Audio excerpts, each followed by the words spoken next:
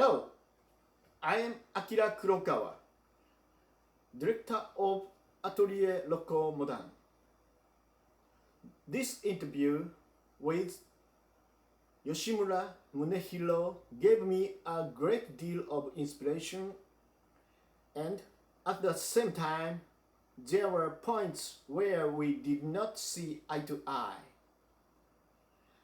I am sharing it as it was. Disagreements included. Because honest dialogue about art is the very starting point of Loco art. One thing I would like to clarify: Picasso's Guernica came up in our conversation. He was not commissioned to paint an anti-war work. He had been asked to contribute to the Spanish pavilion at the 1937 Paris exposition, and was planning something surrealist.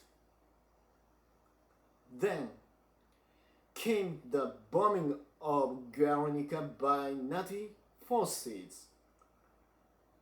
Picasso responded with everything he had.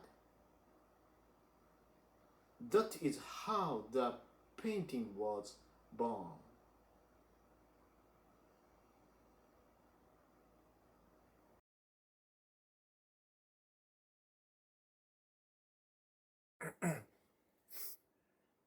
皆さん、こんにちは。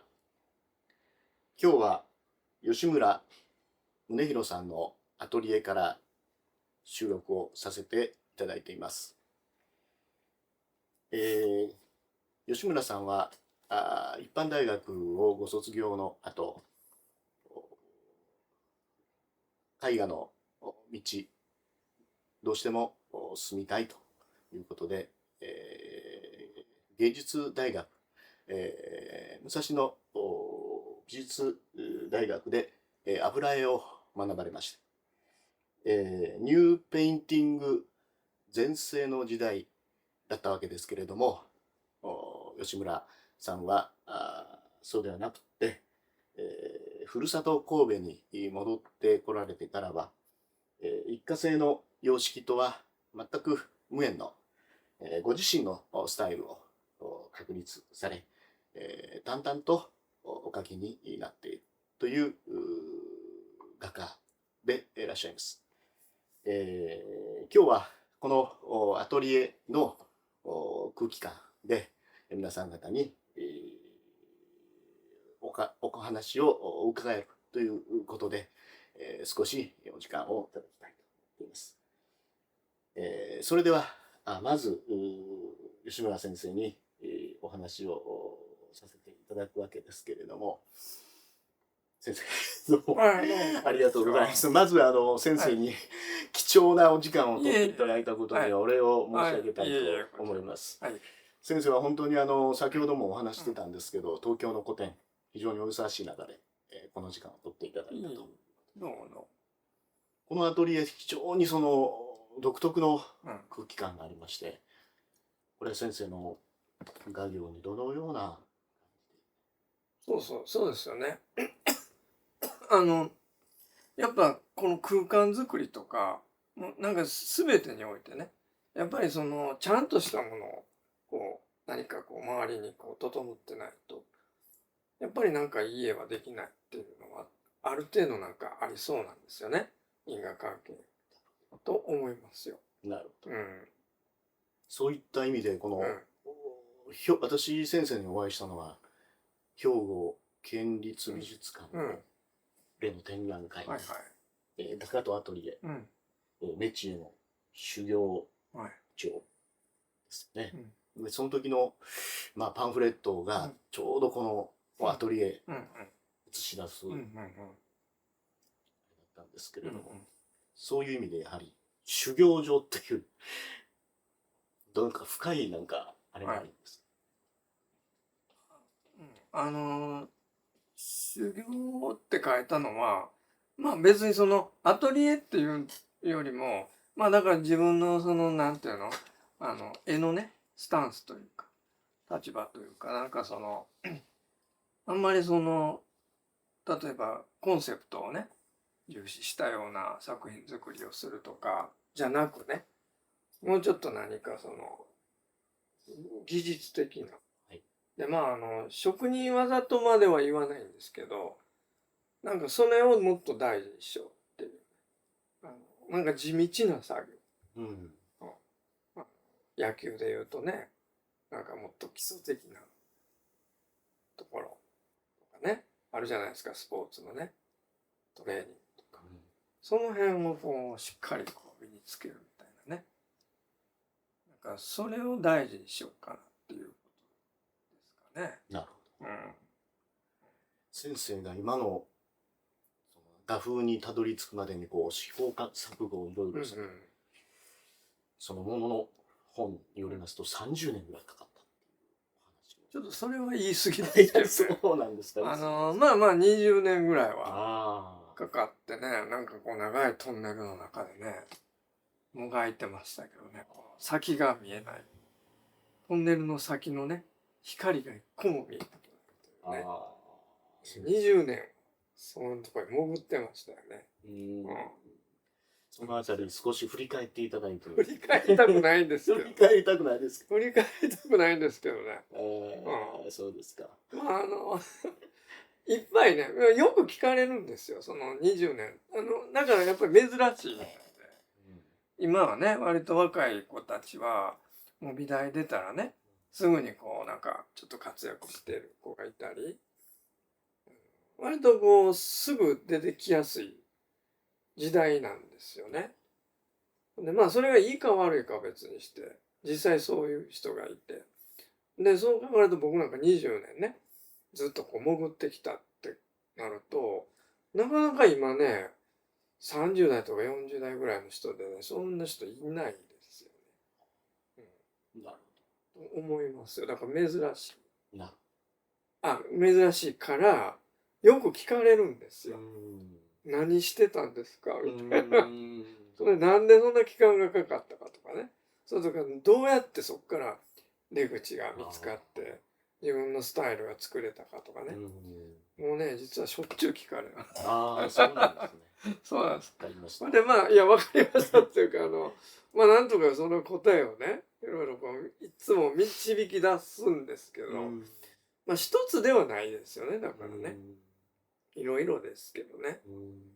ほんで、まあ、なんか、すごいしょうもない話で言えば、最近まあ、そんなんでいろいろ、他のところでも言ったりもしてて、で最近そのことで言ってないことが一つあって、はい。僕はその、30歳ぐらいからずっとね、ある通信教育、美術の通信教育の講師というか、添削講師、長いことやってたんですよ。それもなんかもう20数年。まあちょうどだからね、僕がトンネルに入ってる時期ちょうど、そのまま、通信添削の講師をやってて、20年ぐらいね。で、それひたすら家に、その本部からね、いろんな日本全国から描いた一般の方の絵を送ってきてくれるわけですよ、本部からね。で、週になんか多い時で40枚とか送ってきて、で、それを、まあ、このぐらいの大きさで、で、アクリル絵の具でフィルムの上にちょっと加筆をして、もうちょっとこうですよ、みたいな。で、それでトレーシングペーパーをさらに乗せて、赤ペンで説明するんですけどね、文章でね。それをひたすらやってたんですよ、20年。そしたらね、多分ね、合計枚数にしたらね、すごい数ですよ。20年仮にやってね。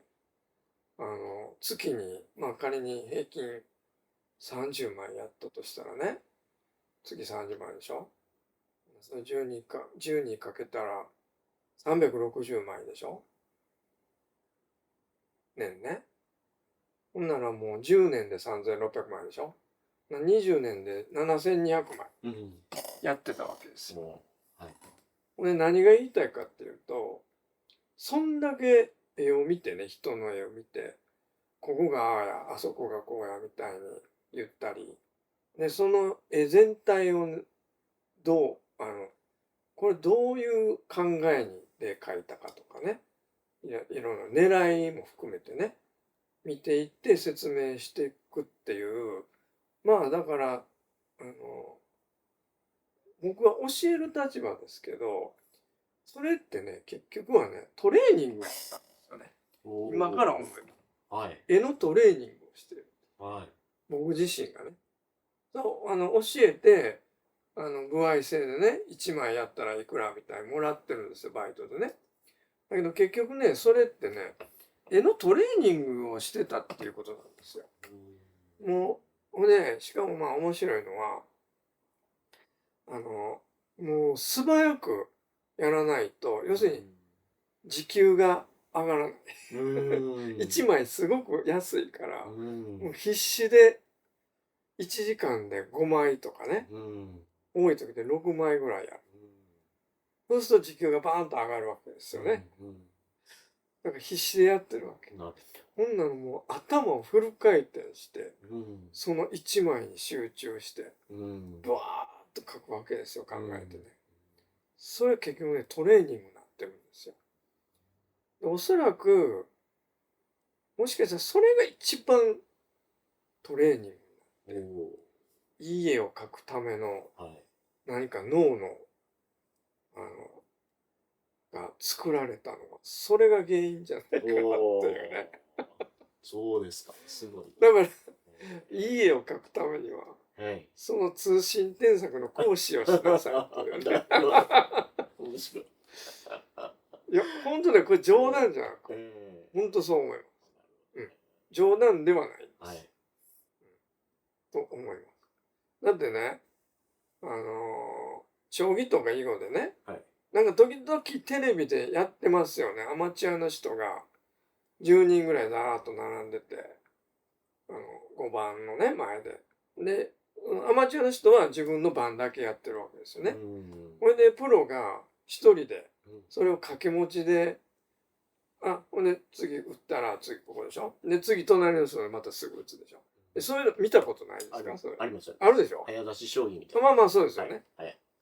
ほんであれ一人がまあ仮に10人並んでたら、一気にその人は10個の番を同時にやってる。だけどアマチュアの人は自分のとこだけしかやってる。ということはですよ、そのプロは教えてるけど、アマチュアは習ってるんやけど、結局そのプロの方が10倍やってるわけですよ。アマチュアに比べたらね。そしたら10倍練習になってるわけですよ、プロは。だけどアマチュアは一つしか練習してないわけです、そこで。ほんならもうそこでね、すでにプロが差をつける。アマチュアより上手くなる、そこで。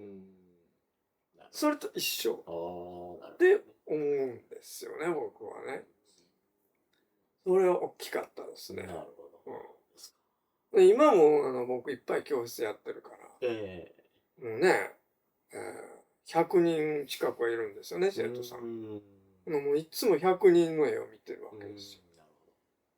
だから今もトレーニングですよね、それ。それは大きい。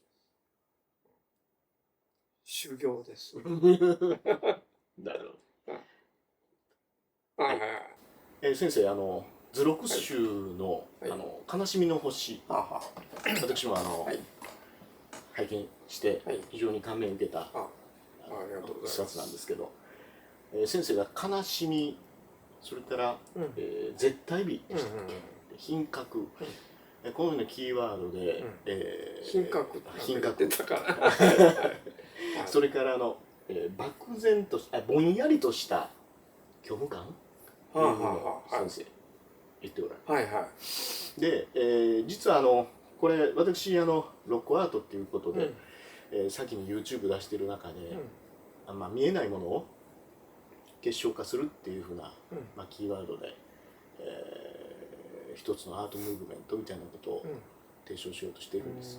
でまあちょっと少しそのあたりに私共通項的なことを非常に感じてまして、まあ、一方的に感じてるだけなんですけれども、先生そのあたりについてですねちょっと今お感じになっているようなことをお話しいただいてもいいですか。どういうことですか、そのあたりと。要するにその、見えないものを見えないもの、結晶化するっていうことが、ひょっとして先生の中の、品格とかそういうその悲しみとかをですね、絵にですね、こう具体化しているのではないかと私は勝手に思ってて。そう、いやもちろんそうですよね。だから見えないものっていうのは多分人間にとって目で見てるから見てるもの現実の世界をね見てるから要するにそれ以上のことっていうことですよね。それ以上のものをある意味見るっていう。でそれはだから見えないものって結局心ですよね、人間の。心が現れるっていうことでしょう。だから見えないものを絵に表現するっていうのは人間の心を絵に表すっていうことですよね、言い換えればね。それをどうやって作るかっていう。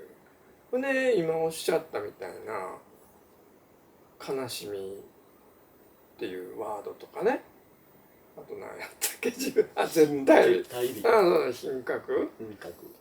一つの例えば悲しみっていう意味で言うと、悲しみって人間の感情やから実際にこのねこんなアトリエで机があったりなんかねイーゼルがあったり本があったりここに悲しみなんかどこにもないですからね、はっきり言って。実際見たところ本でしかないし机でしかないしね。だから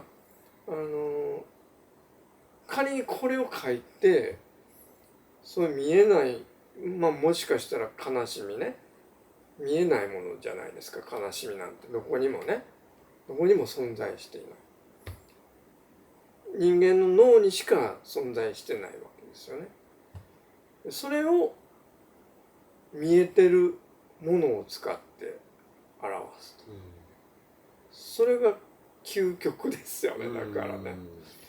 でそれは僕の望みですよね。そういうことを書きたい、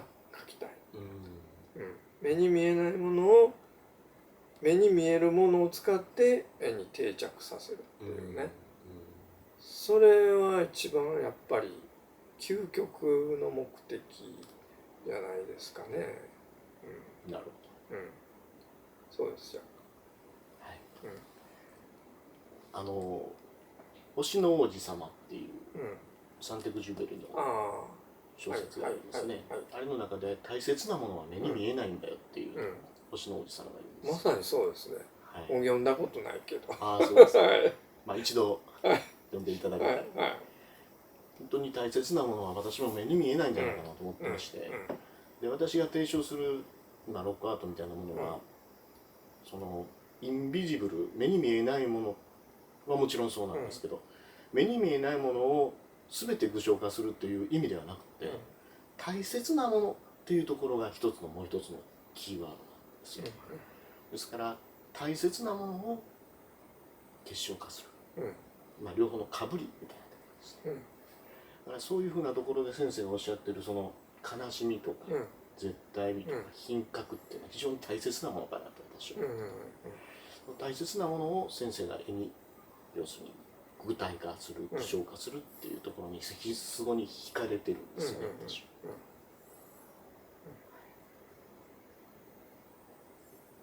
一貫切りましょうか。そうですね。ちょっと言葉詰まりますよ。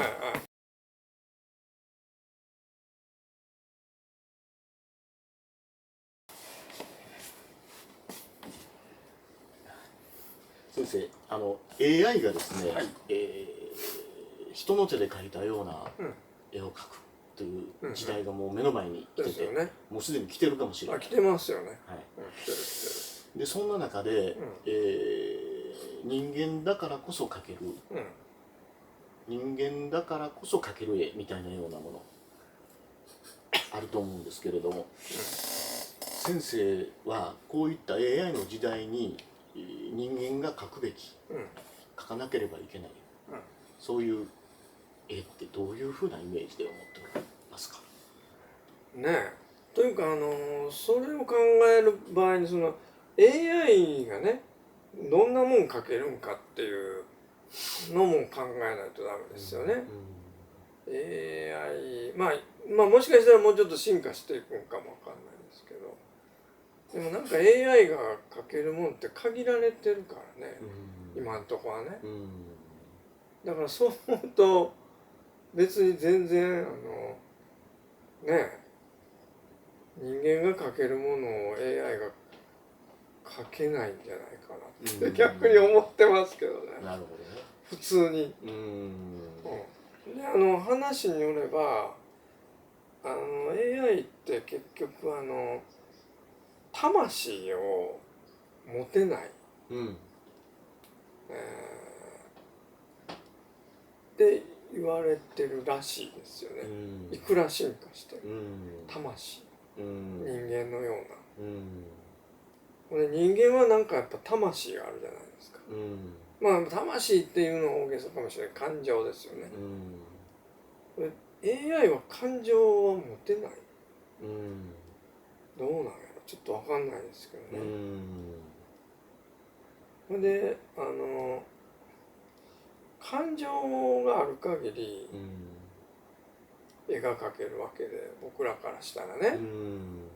そうするともう明らかにその時点でも AI とは違いますよね。だから別にねなんか今おっしゃってる話は若干危機感、AI が侵食するんじゃないかっていうね、人間のその芸術とかをねみたいな危機感でおっしゃってるんかもわかんないですけど、僕は全然その危機感ないんですけどね。なるほどね。あんまりね。要はねさっきの話と重なりますけど、目に見えないものっていうね話と重なりますけど、目に見えないものを描くっていうねのはやっぱり感情を描こうとしてるわけやから、それって AI はやっぱりできないですよね、おそらく。人間じゃないとそれできないんですよね。それに絵ってね、これほんますごい絵っていうのは、その絵だけがすごいんじゃなくてね、もちろんそこにもう出てきてすごさが出てきてしまうんですけど、それを描く芸術家のすごさですよね。芸術家がすごいから絵がすごくなるわけですよ。ねえ、だからまずは芸術家がすごくないとすごい絵が生まれないわけですよ。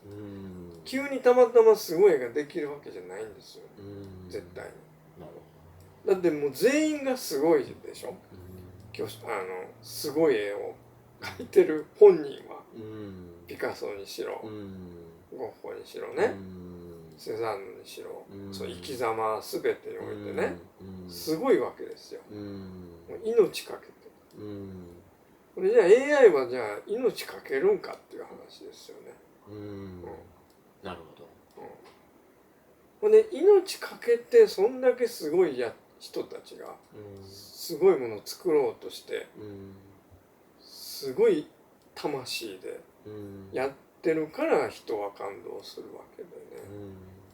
それは AI は無理ですよ。で人ってやっぱ分かるんですよ、それはね。ゴッホの絵見てねなんとなく分かるんですよね。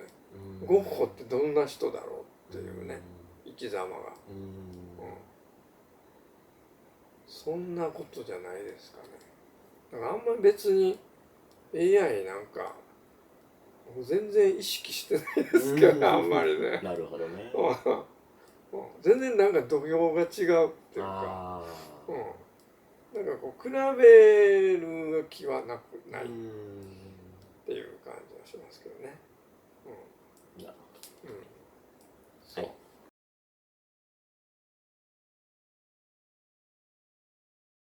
どうもありがとうございます先生。いろいろお話を伺ってきたんですけど、はい最後にね先生、今日本が災害大国と言われている中で、地震多いですもんね、えすごく。で今後30年の間に、南海トラフ巨大地震、来ますよ。はい、高確率で起こるという来言われてますよね。でちょっとまあ31年前になりますけど、我々阪神・淡路大震災経験して、まあ、先生も大変な思いされたと思うんですけど、実はその時いなかったんですよ。あ、そうなんですか。神戸にいなかった。東京にいたんですよ。ああ、そうなんですね。はい。ここ切りますよ。まあそれはそれとしてですね。アートがまあ要するに次の世代にね、その何かをこう継承、まあ要するに継ぐという意味と、それから鐘を鳴らすという意味の継承、そういう役割が期待されている部分がないのかなと私勝手に思ってるんですけれども、そういうことに関しては先生どういうふうにその震災とかそういう災害とか、特に我々が思うのは、まあ、神戸の地震の教訓みたいなようなことですね。まあ一例を出してふさわしいかどうかは分かりませんけれども、戦争の悲惨さと、それから市民に対する無差別攻撃を鋭く継承したピカソの「ゲルニカ」という作品がありますけどね、まああれはまあ後世に対する継承と継承になってるわけですけれども、まあそういう力をアートに求めるっていうようなことに関してですね、先生のまあお考えみたいなことを聞かせていただきたい。いやもうそれはね、僕のね一番苦手分野でして。なるほど。はい。そうなんです。すごく個人的なね、まあずっとさっきから喋ってる個人的な感情をね、絵の中に表現したいっていうその思い一心で描いてるんでね。なるほど。あんまりその社会的な問題を絵の中に取り込むとかっていうのが、まあ、実はあんまりっていうかゼロですよね。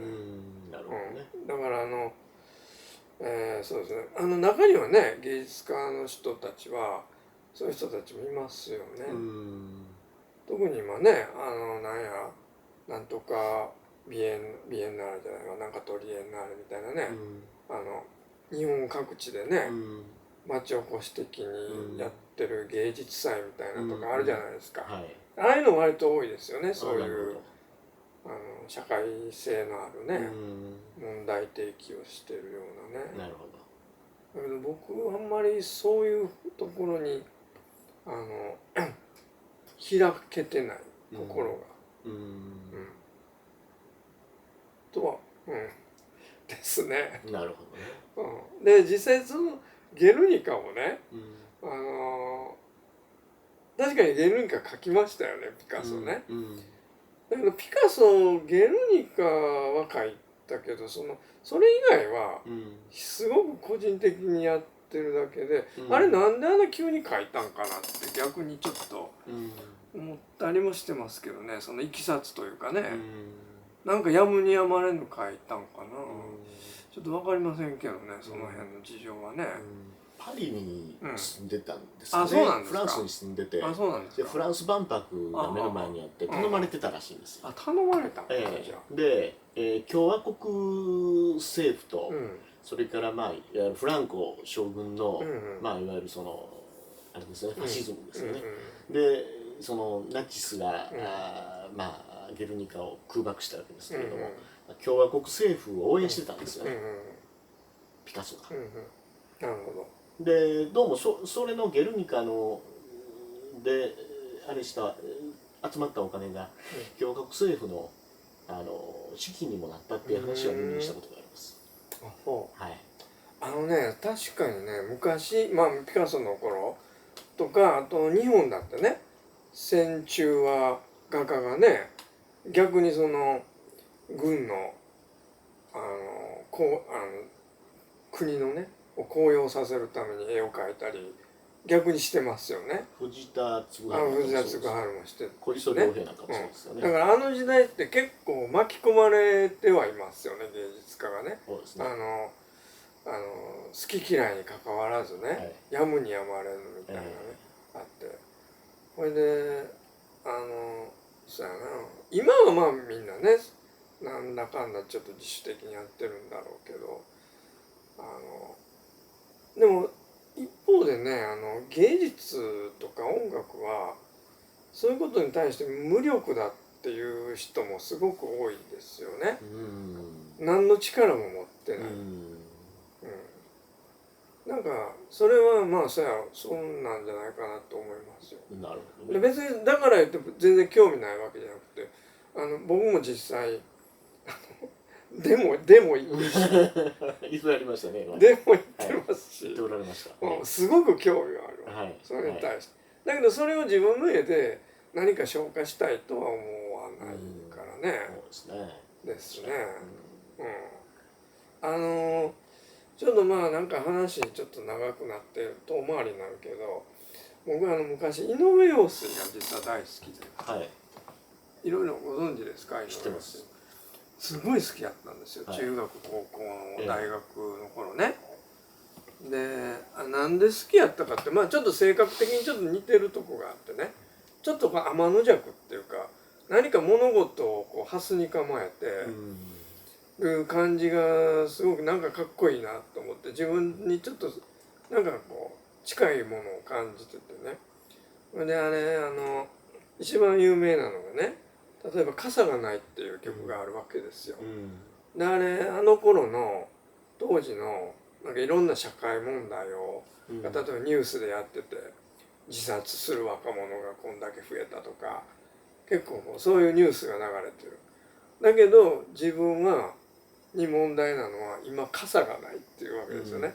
彼女のとこへ行くための傘がない。ものすごいだから社会全体の問題よりも今その自分の本当に個人的なことが大事なんだよみたいな、なんかちょっとアンチですよね。だからね、ちょっとなんかあんまりその全体のことをそんな社会的なことを表現するのだってちょっとかっこ悪いぞみたいな、ちょっと僕も実はなんかそんな感じはあってね、ちょっと恥ずかしい、なんかそういうのを大っぴらに表現するのが、もちろん芸術は別のとこではすごく興味は持ってるけど、ことね自分の作品作りでそういうのするのはちょっとなんか照れがあるっていうかな、なんか井上陽水もなんかそんな感じがあって、だけど井上陽水のすごいとこは、やっぱ歌の力がすごいから、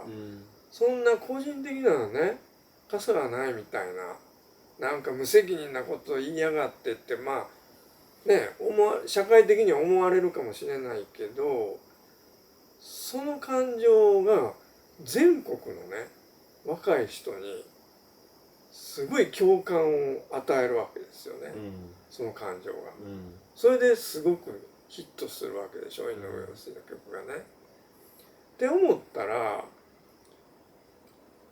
逆になんか社会のことをことさら言うよりも、ちっちゃい自分のことをね、自分個人のことを言ってもそれがすごく普遍的な人間の感情に刺さるんであれば、社会の問題をわざわざ言うよりもそっちの方がむしろ社会に大きく影響を与える、で僕はその時思ったんですよ。だからあんまりそんな大きなことを芸術ってする必要ないんじゃないかな。だからちょっとその黒川さんとそこら辺がね、意見は違うんですけど、いや僕も共感しますよそこは、僕はねそういう立場なんですよ。っていう感じかな、それで言うとすればね。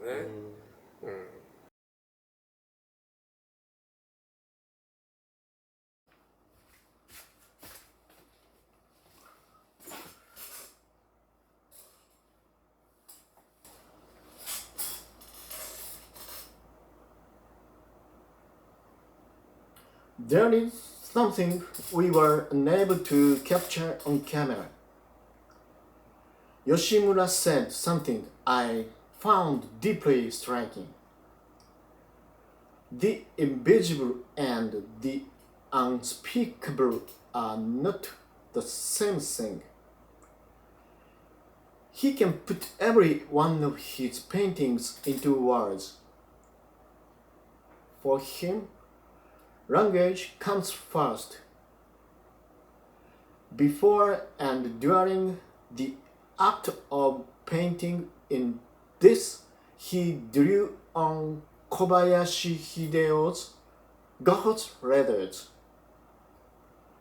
where Van Gogh's remarkable ability to articulate his own work in writing reveals a mind where language and painting were never apart. Yoshimura also said he feels a kind of embarrassment about making social issues the subject of his art. I told him honestly, I understand that feeling, and I meant it. I was not simply going along with what he said. Off camera, I said this to him. I write fiction myself, not paintings.